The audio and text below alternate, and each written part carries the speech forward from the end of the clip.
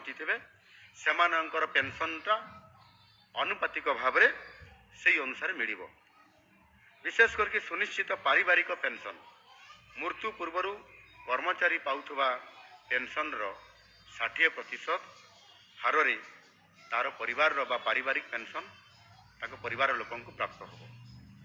ଏବଂ ସୁନିଶ୍ଚିତ ସର୍ବନିମ୍ନ ପେନସନ ସର୍ବନିମ୍ନ 10 ବର୍ଷ ଚାକିରି ଅବଧି ସାରି ଅବସର ନେବା ପରେ ମାସିକ 10,000 ଟଙ୍କା ସେ ପେନସନ ପାଇବ।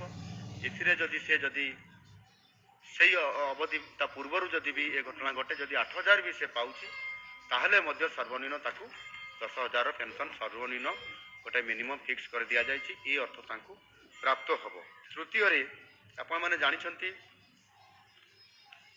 ଯଶସ୍ୱୀ ପ୍ରଧାନମନ୍ତ୍ରୀ ନରେନ୍ଦ୍ର ମୋଦିଜୀଙ୍କର ଅଧ୍ୟକ୍ଷତାରେ ଅନୁଷ୍ଠିତ କେନ୍ଦ୍ର କ୍ୟାବିନେଟ୍ 2024 ଅଗଷ୍ଟ 24 ତାରିଖରେ ୟୁନିଫାଏଡ୍ ପେନସନ ସ୍କିମ୍ ବା ଏକୀକୃତ ପେନସନ ଯୋଜନାକୁ ମଞ୍ଜୁକୃତ କରିଛନ୍ତି।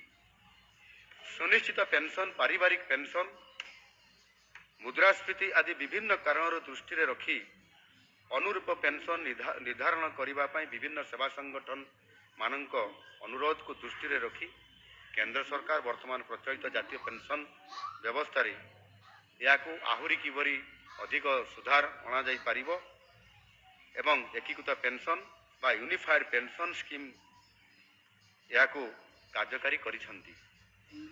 ଆଉ ଏହା ଏପ୍ରିଲ 2025 ପହିଲା ଠାରୁ କାର୍ଯ୍ୟକ୍ରମ ହେବା ପାଇଁ କେନ୍ଦ୍ର ସରକାର ଲକ୍ଷ୍ୟ ରଖିଛନ୍ତି। ସେହି ଅନୁଯାୟୀ ଓଡ଼ିଶା ସରକାର ମଧ୍ୟ ଏହି ଏକୀକୃତ ପେନସନ ଯୋଜନା ବା ୟୁପିଏସ୍କୁ ରାଜ୍ୟ ସରକାରୀ କର୍ମଚାରୀମାନଙ୍କର ପାଇଁ କାର୍ଯ୍ୟକାରୀ କରିବା ପାଇଁ ମୋଟାମୋଟି ଭାବରେ ନିଷ୍ପତ୍ତି ଏ କ୍ୟାବିନେଟ୍ରେ ନେଇଛନ୍ତି। ଯେଉଁ କର୍ମଚାରୀମାନେ NPS ନ୍ୟାସନାଲ ପେନସନ ସ୍କିମ୍ ବ୍ୟବସ୍ଥାରେ ପେନସନ ପାଇବା ପାଇଁ ଯୋଗ୍ୟ ବିବେଚିତ ହୋଇଛନ୍ତି ସେମାନଙ୍କର ପାଇଁ ଏହି ବ୍ୟବସ୍ଥା ଲାଗୁ କରିବା ନିମନ୍ତେ ରାଜ୍ୟ ସରକାର କ୍ୟାବିନେଟ୍ରେ ବିଧିବଦ୍ଧ ଭାବରେ ନିଷ୍ପତ୍ତି ନେଇଛନ୍ତି। ଏକୀକୃତ ପେନସନ ଯୋଜନା ବା ୟୁପିଏସ୍ର ପ୍ରମୁଖ ତାଙ୍କର ବଡ଼ ବୈଶିଷ୍ଟ୍ୟ ଗୁଡ଼ିକ ମଧ୍ୟ ମୁଁ ଆପଣମାନଙ୍କ ପାଖରେ ରଖିବା ପାଇଁ ଚାହୁଁଛି। ଯେଉଁଟା ସୁନିଶ୍ଚିତ ପେନସନ 25 ବର୍ଷର ସର୍ବନିମ୍ନ ଯୋଗ୍ୟତା ଅର୍ଜନକାରୀ ସେବା ଅବଧି ପାଇଁ ଅବସର ପୂର୍ବର 12 ମାସରେ ମିଳିଥିବା ହାରାହାରି ମୂଳ ଦରମା ବା ବେସିକ୍ ପେ'ର 50% ହାରରେ ପେନସନ ସେମାନଙ୍କୁ ସିଧାସଳଖ ଭାବରେ ପ୍ରାପ୍ତ ହୋଇପାରିବ। ସର୍ବନିମ୍ନ 10 ବର୍ଷର ଚାକିରି ଅବଧି ଠାରୁ ଆରମ୍ଭ କରି 25 ବର୍ଷ ପର୍ଯ୍ୟନ୍ତ ଚାକିରି ଅବଧି କ୍ଷେତ୍ରରେ ବା ଯେଉଁମାନେ ସେ ସ୍ତରକୁ ପହଞ୍ଚିଥିବେ ସେମାନଙ୍କର ପେନସନଟା ଆନୁପାତିକ ଭାବରେ ସେହି ଅନୁସାରେ ମିଳିବ।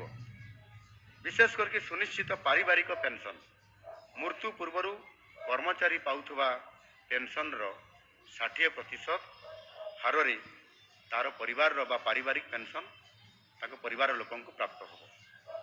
ଏବଂ ସୁନିଶ୍ଚିତ ସର୍ବନିମ୍ନ ପେନସନ ସର୍ବନିମ୍ନ 10 ବର୍ଷ ଚାକିରି ଅବଧି ସାରି ଅବସର ନେବା ପରେ ମାସିକ 10,000 ଟଙ୍କା ସେ ପେନସନ ପାଇବ। ଏଥିରେ ଯଦି ସେଇ ଅବଧି ପୂର୍ବରୁ ଯଦି ବି ଏ ଘଟଣା ଘଟେ ଯଦି 8,000 ବି ସେ ପାଉଛି ତାହେଲେ ମଧ୍ୟ ସର୍ବନିମ୍ନ ତାକୁ 10,000 ପେନସନ ସର୍ବନିମ୍ନ ଗୋଟେ ମିନିମମ୍ ଫିକ୍ସ କରି ଦିଆଯାଇଛି। ଏ ଅର୍ଥ ତାଙ୍କୁ ପ୍ରାପ୍ତ